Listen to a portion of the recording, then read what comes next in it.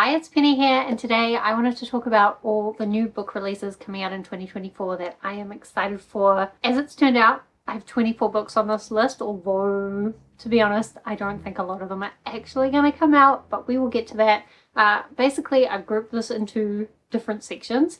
Firstly, we're going to talk about the ones that are definitely coming out and I'm definitely excited for them. Then we're going to talk about some that I am excited for, but I'm not entirely sure whether they're going to come out, although I think maybe there's a chance. Maybe not. Maybe not. And then finally I've got a section which I've just labeled Nope, because they're books that I think there's going to be rumors that the books are coming out, but they're not going to come out.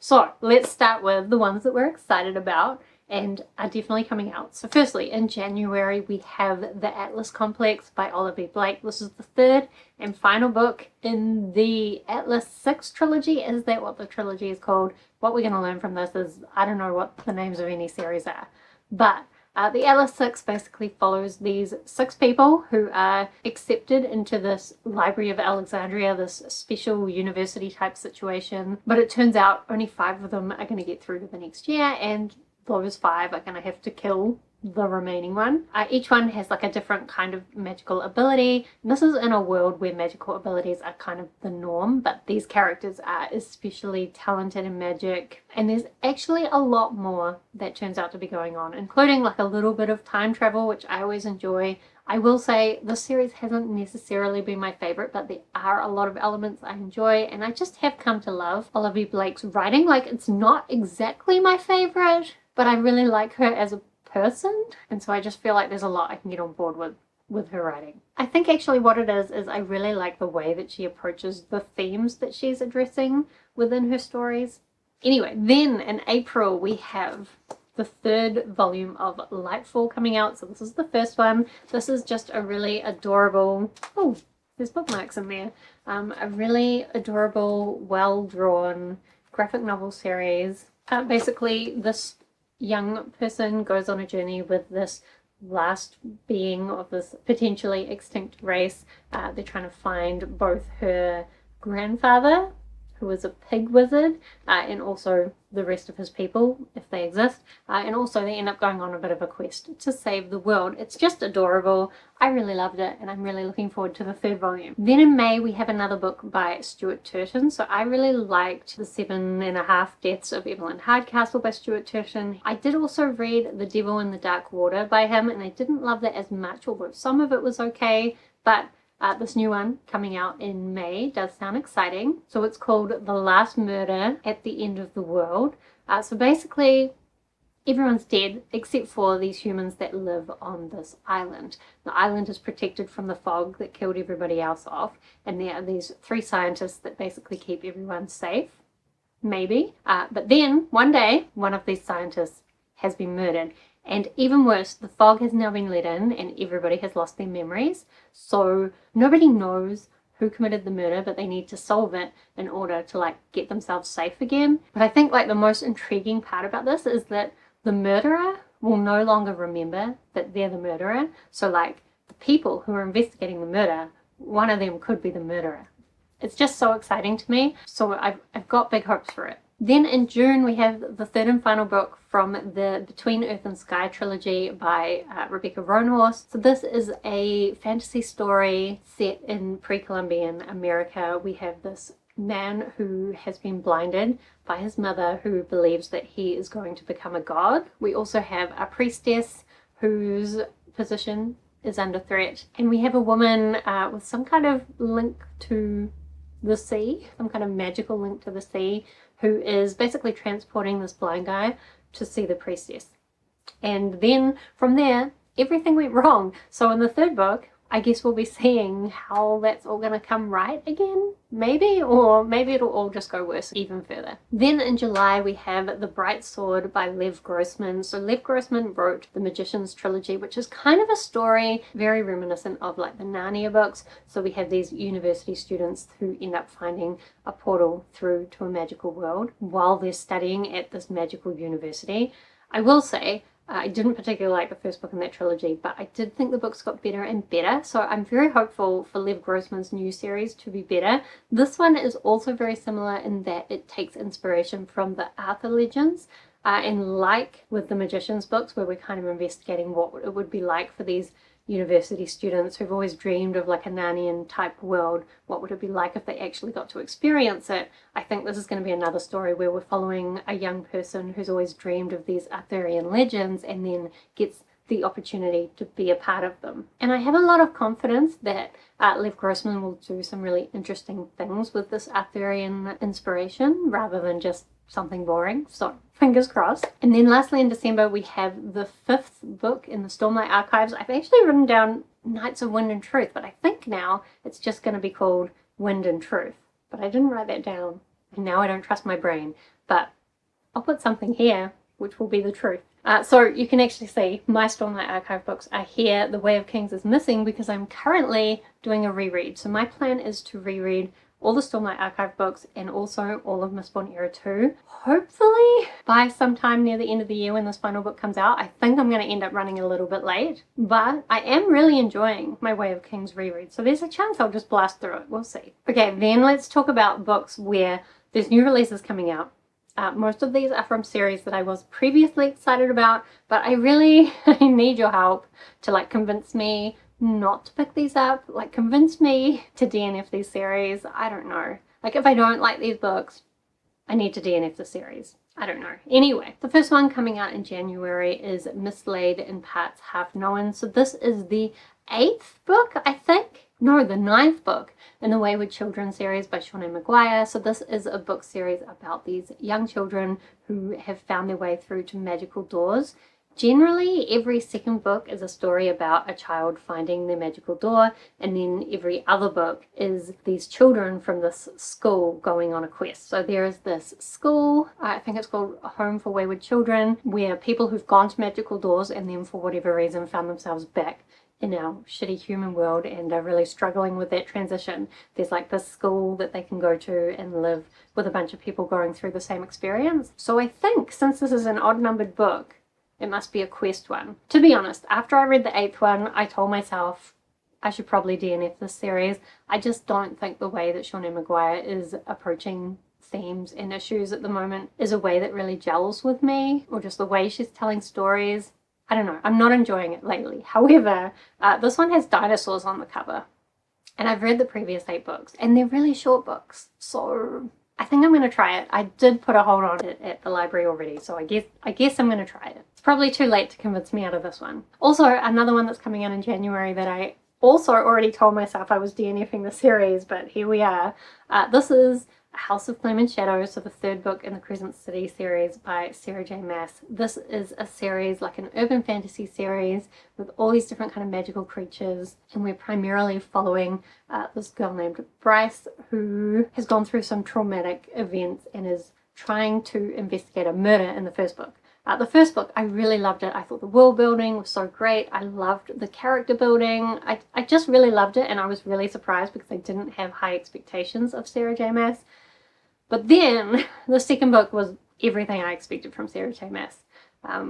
Just annoying romance, pointless plot, everyone being paired off. Blah. And then, especially right at the end, something happens, and lots of people, you will hear them saying, what happened at the end made me so excited for the continuation. However, for me specifically, what happened at the end made me think, oh, no. However, I have recently been watching Carrie Kim Reid's like summaries of the Sarah J. Maas ACOTAR books. And if you know what the thing at the end of A House of Sky and Breath was, then you know that maybe having watched those videos is making me feel more open to continuing. I don't know. I'm kind of expecting not to like it. However, I'm going to get the audiobook. I did listen to the first 2 as well on audiobook, and like I liked the audiobook narration. And the good thing about audiobooks is like you just put them on while you're doing something else. Like it doesn't feel as much of a chore. And if I'm getting into it and I'm finding that it's doing the House of Sky and Breath thing, I'll just DNF it.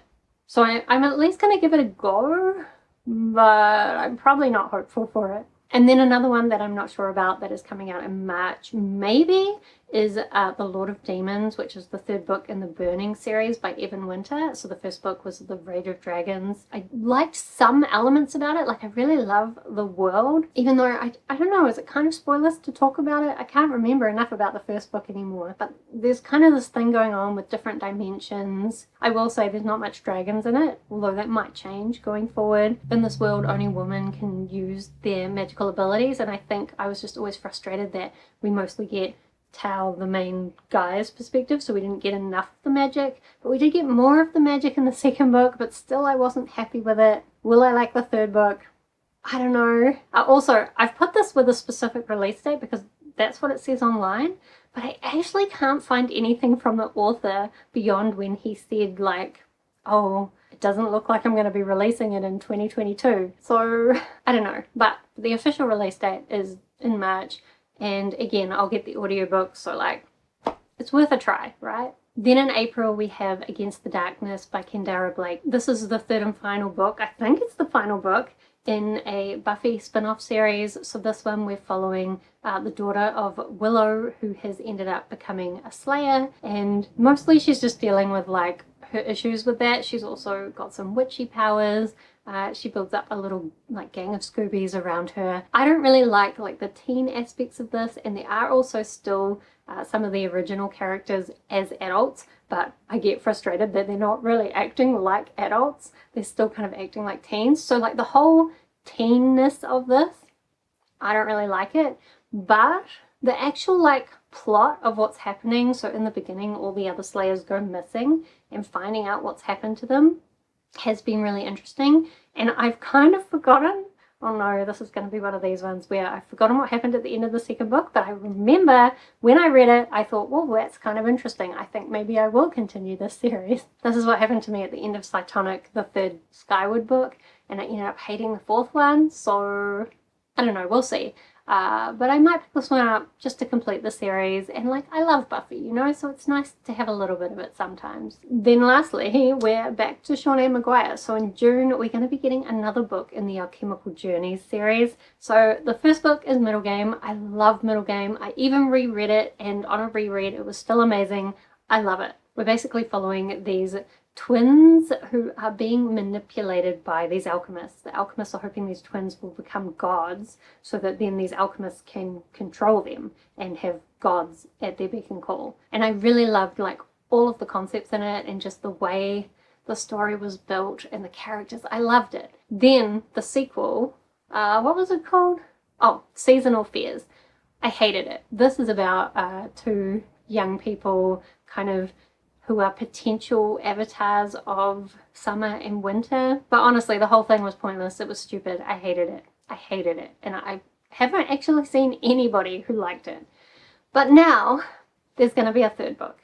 It's called Tidal Creatures, and it does seem like it's going to have something to do with the moon, and I really like the moon. So I'm going to read it. I'm probably going to be disappointed, but that's what it is. Okay, now let's try and talk about my 9 maybes somewhat more quickly, because otherwise we'll never get through all of these. So firstly, we have the 4th book from the Lady Astronaut series. I have the first books here. So this is going to be called The Martian Contingency, and the official release date that I see everywhere is 2024. When? Who knows? And it has been a while since the last one was released, but I guess that makes me more confident that this is actually a real release date. So if you haven't heard about this series, basically it follows an alternate reality where a meteor hit the Earth in like the 50s, early 60s, and because of that, the planet is now going to become uninhabitable, and the space program has been accelerated, and we're following a bunch of women who are fighting to be a part of the space program. Then I have another space one, so we should be getting Bobaverse book 5.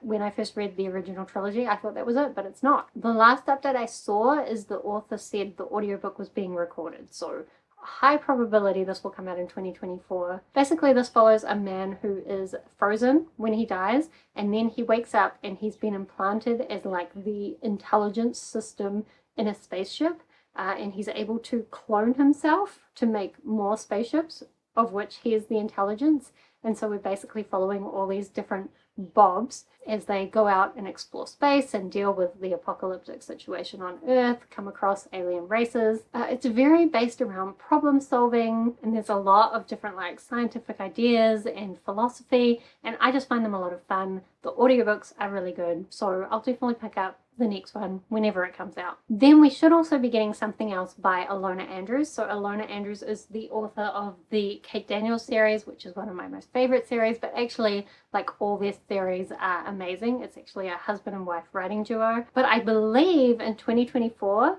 their plans are to release a book in a new universe. There are definitely books in the Kate Daniels world that I'm waiting for them to get to, like the next one in the Iron Covenant or the next book about Julie, but I don't think we're going to get either of those. But hopefully we will get a new book in a new universe, and it'll be new and exciting, and I'll be very happy. I also expect that we should get some more Monstrous. So Monstrous is a graphic novel series following primarily this young girl who has a demon possessing her, and sometimes he comes out, she's missing an arm, sometimes he comes out and eats people.